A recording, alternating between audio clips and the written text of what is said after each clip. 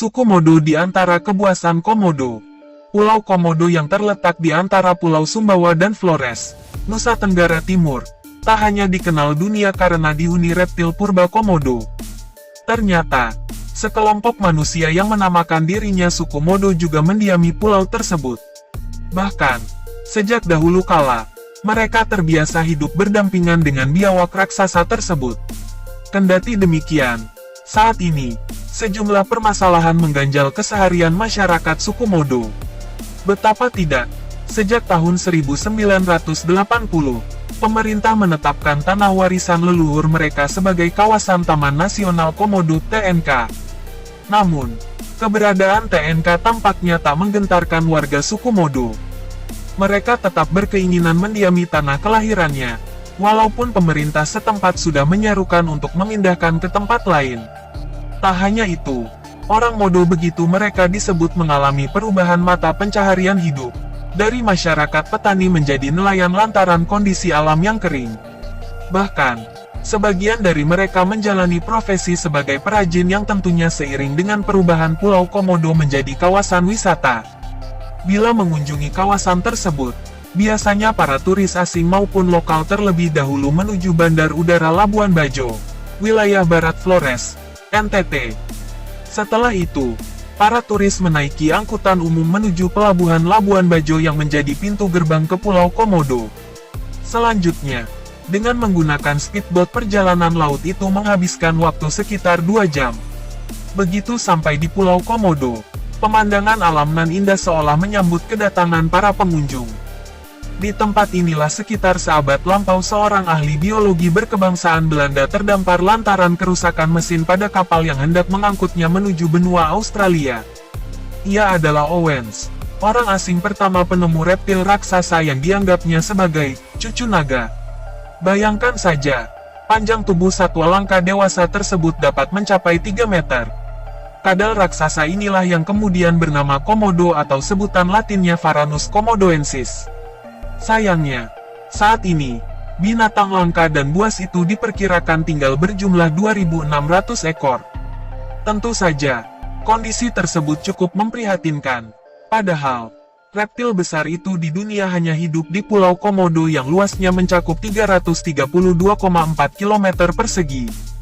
Sedangkan wilayah seluas 173.300 hektare ditetapkan sebagai kawasan TNK.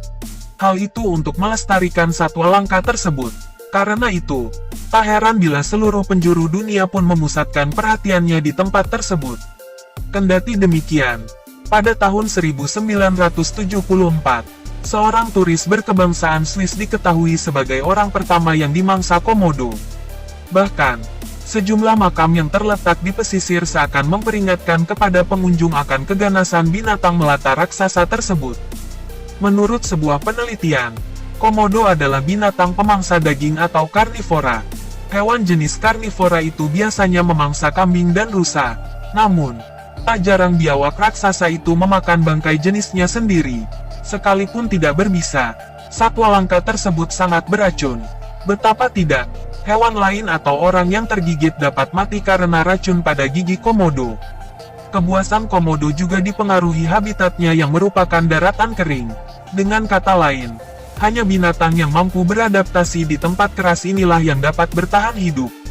Serupa dengan hewan Komodo, orang Modo pun terkenal akan daya juang hidupnya yang besar.